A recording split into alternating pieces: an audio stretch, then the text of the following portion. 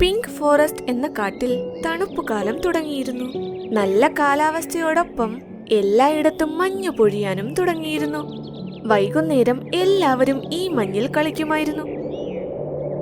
പിന്നെ അവരവരുടെ വീട്ടിൽ പോയി ഉറങ്ങുകയും ചെയ്യും. എന്നാൽ അടുത്ത ദിവസം രാവിലെ ടീനു പക്ഷി ഉറക്കമെഴുന്നേറ്റു. അപ്പോൾ അത് ഒരു അത്ഭുതം കണ്ടു. അയ്യോ, എന്റെ മരം ഒരു രാത്രി കൊണ്ട് ഇത്രയും എങ്ങനെയാ പൊഴിയുന്നത്? ഈ ഇലകൾ തന്നെ ഇങ്ങനെ പൊഴിയാൻ തുടങ്ങിയാൽ ഈ മരവും ഇങ്ങനെ വീഴുമല്ലോ. അപ്പോൾ അടുത്ത മരത്തിലിരുന്ന സോനു പ്രാവ് പറഞ്ഞു, എന്റെ ദൈവമേ, എന്റെ മരം മുഴുവനും കാലിയായല്ലോ. എന്റെ കൂട്ടിലും മഞ്ഞ് വീട് തുടങ്ങി.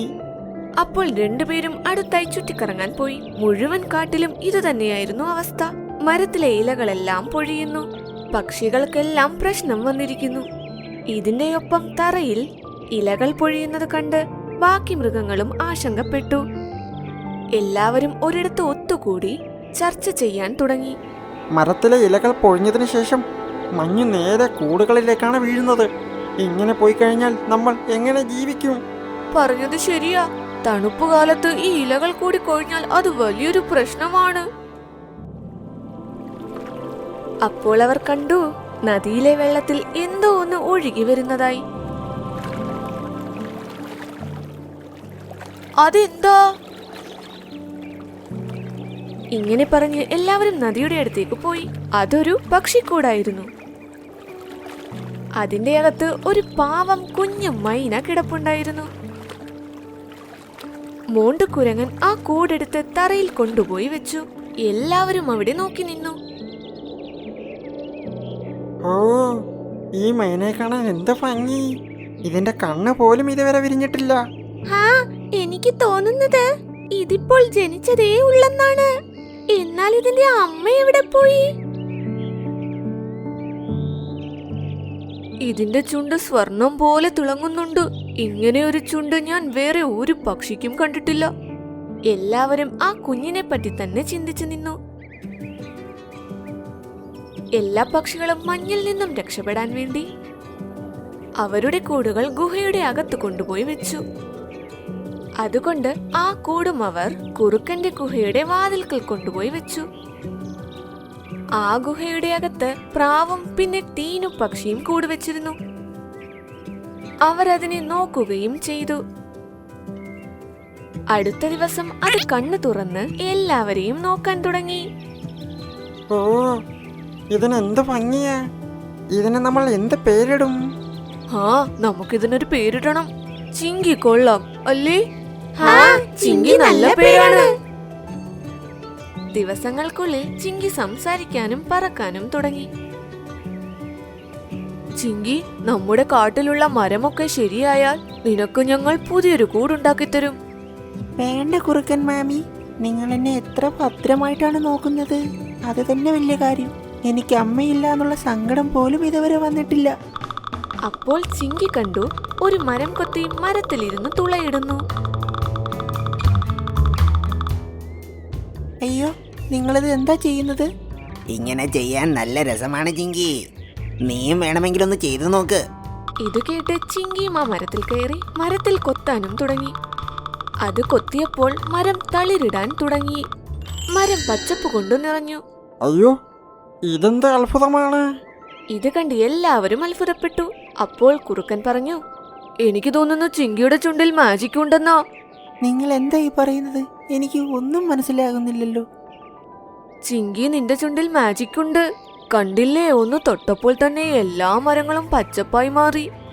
എനിക്ക് സന്തോഷമായി. നിങ്ങൾക്ക് വേണ്ടി എനിക്ക് എന്തെങ്കിലും ചെയ്യാൻ പറ്റുന്നുണ്ടല്ലോ. നിങ്ങൾ കണ്ടോളൂ, കുറച്ച് ദിവസത്തിനുള്ളിൽ ഈ കാട് മുഴുവനും ഞാൻ പച്ചപ്പാക്കി മാറ്റും. ചിങ്കി മുഴുവനായി അധ്വാനിച്ച് തന്റെ ജോലി ചെയ്യാൻ തുടങ്ങി. എന്നാൽ അതൊരു വലിയ കാടായിരുന്നു. അവൻ പതുക്കെ പതുക്കെ ഓരോ മരത്തിന്റെ അടുത്തും പോയി അത് പച്ചപ്പാക്കി മാറ്റാൻ തുടങ്ങി.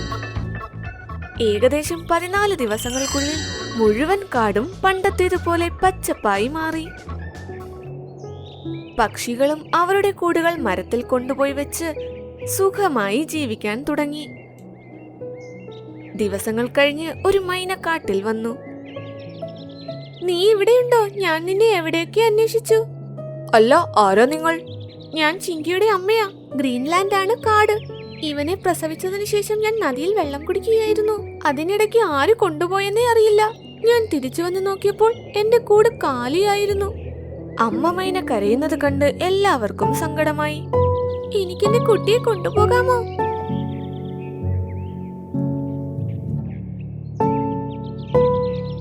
ഞാൻ ഇവിടെ നിന്ന് പോകില്ല.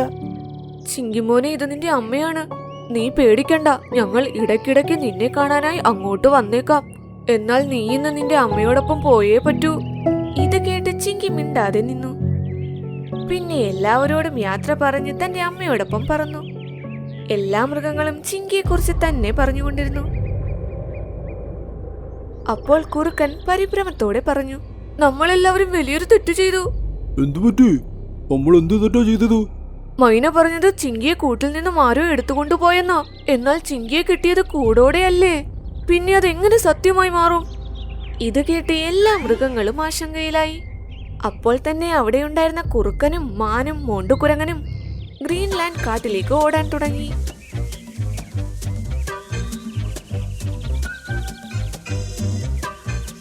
വഴിയിൽ വെച്ച് ചിങ്കിയെയും മൈനയെയും കണ്ടു. അവർ അവരെ തടഞ്ഞു. നിൽക്കൂ. അയ്യോ, നിങ്ങൾ ഞങ്ങളുടെ പുറകെ എന്തിനാണ് വരുന്നത്? ഞങ്ങൾക്ക് മനസ്സിലായി നീ ചിങ്കിയുടെ അമ്മയല്ലെന്ന്. ഇപ്പോൾ സത്യം പറ, നീ ആരാണ്? നീ ചിങ്കിയെ എങ്ങോട്ടാണ് കൊണ്ടുപോകുന്നത്? ഞങ്ങളുടെ ഗ്രീൻലാൻഡ് കാട്ടിൽ കുറെ വർഷമായി ഒരു പരുന്ത് താമസിക്കുന്നുണ്ട്. അവനാണ് ഞങ്ങളെ ഭരിക്കുന്നത്. ഞങ്ങൾക്ക് അവനെ അനുസരിച്ചേ പറ്റൂ. ഞങ്ങളുടെ കാട്ടിൽ വയസ്സായ ഒരു മൂങ്ങ മുത്തശ്ശനുമുണ്ട്. ഒരിക്കൽ അദ്ദേഹം ഞങ്ങളോടെല്ലാം പറഞ്ഞു, ഞങ്ങളുടെ കാട്ടിൽ കുറച്ചു ദിവസത്തിന് ശേഷം സ്വർണ്ണച്ചുണ്ടുള്ള മൈന ജനിക്കുമെന്ന്. അവൻ ആ പരുന്തിനെ കൊന്ന് ഞങ്ങളെ ഇതിൽ നിന്നുമെല്ലാം രക്ഷിക്കുമെന്ന്. എന്നാൽ ഇക്കാര്യങ്ങളൊക്കെ എങ്ങനെയോ പരുന്ത് അറിഞ്ഞു. അവൻ ജനിക്കുന്ന എല്ലാ കുഞ്ഞുങ്ങളുടെയും മേലെ കണ്ണുവെക്കാൻ തുടങ്ങി. അവൻ ചിന്തിച്ചിരുന്നു ജനിച്ച ഉടനെ അവരെ കൊല്ലണമെന്ന്. അതുകൊണ്ടാണ് ചിങ്കി ജനിച്ചപ്പോൾ അവന്റെ അമ്മ കൂടിനോടൊപ്പം അവനെ ഒഴുക്കി വിട്ടത്. അതിനുശേഷം ആ പരുന്ത് ചിങ്കിയുടെ അമ്മയെ കൂട്ടിലടച്ചു. അവൻ എന്റെ അമ്മയെയും തടവിലാക്കി. എനിക്ക് ചിങ്കിയെ കണ്ടുപിടിക്കുന്ന ജോലിയും തന്നു. ഞാൻ സാധുവാണ്. അതുകൊണ്ടാണ് ഞാൻ ചിങ്കിയുടെ അമ്മയായി വന്നത്. എനിക്കിവനെ കൊണ്ടുപോയേ പറ്റൂ. ഇത് കേട്ട് എല്ലാവരും ഞെട്ടിത്തെറിച്ചു നിന്നു. കുറുക്കനും എന്തോ ആലോചനയിൽ മുഴുകി. കുറച്ചു നേരത്തിന് ശേഷം മൈനയോടൊപ്പം പരുന്തിന്റെ അടുത്തേക്ക് വന്നു. പരുന്ത് രാജാ, ഞാൻ ചിങ്കിയെ കൊണ്ടുവന്നു. ഓഹോ, അപ്പോൾ ഇതാണല്ലേ ആ സ്വർണ്ണച്ചുണ്ടുള്ള മൈന? ഒരു കൂടിനകത്ത് ചുമപ്പും പിന്നെ പച്ച മൈനയും ഉണ്ടായിരുന്നു. അതിന്റെ അടുത്ത് വിറകും കത്തുന്നുണ്ടായിരുന്നു. ചിങ്കി മോനെ, നീ ഓടിക്കോ, അല്ലെങ്കിൽ നിന്നെ ഇവൻ കൊല്ലും. ചിങ്കി, വേഗം ഈ കത്തുന്ന തീയിലേക്ക് നടന്നു പോ, അല്ലെങ്കിൽ നിന്റെ അമ്മയെ ഞാൻ നരകിപ്പിച്ചു കൊല്ലും. ഇത് കേട്ട് ചിങ്കി പതുക്കെ പതുക്കെ തീയുടെ അടുത്തേക്ക് നടന്നു. ചിങ്കിയുടെ അമ്മ കരഞ്ഞുകൊണ്ട് അവിടെ നിന്ന് ഓടിപ്പോകാനായി പറഞ്ഞു. പെട്ടെന്ന് കുറുക്കനും മാനും മോണ്ടുകുരങ്ങനും വന്നു. നിൽക്കൂ ചിങ്കി. കുരങ്ങൻ കൂട് തുറന്ന് 2 മൈനകളെയും പുറത്തേക്ക് വിട്ടു. വേണ്ട ചിങ്കി, നീ പേടിക്കണ്ട. വേഗം പോയി ആ പരുന്തിനിട്ടൊരു കൊത്തു കൊടുക്ക്. എന്റെ അടുത്തേക്ക് വരരുത്, അടുത്തേക്ക് വരരുത്. ഇത് കേട്ട് ചിങ്കി ധൈര്യത്തോടെ പരുന്തിന്റെ അടുത്ത് വന്ന് കൊത്താൻ തുടങ്ങി. അതിന്റെ കൊത്തു കിട്ടിയപ്പോൾ പരുന്ത് നിലത്തേക്ക് വീണു. ഒരു ഉറക്ക നിലവിളിയോടെ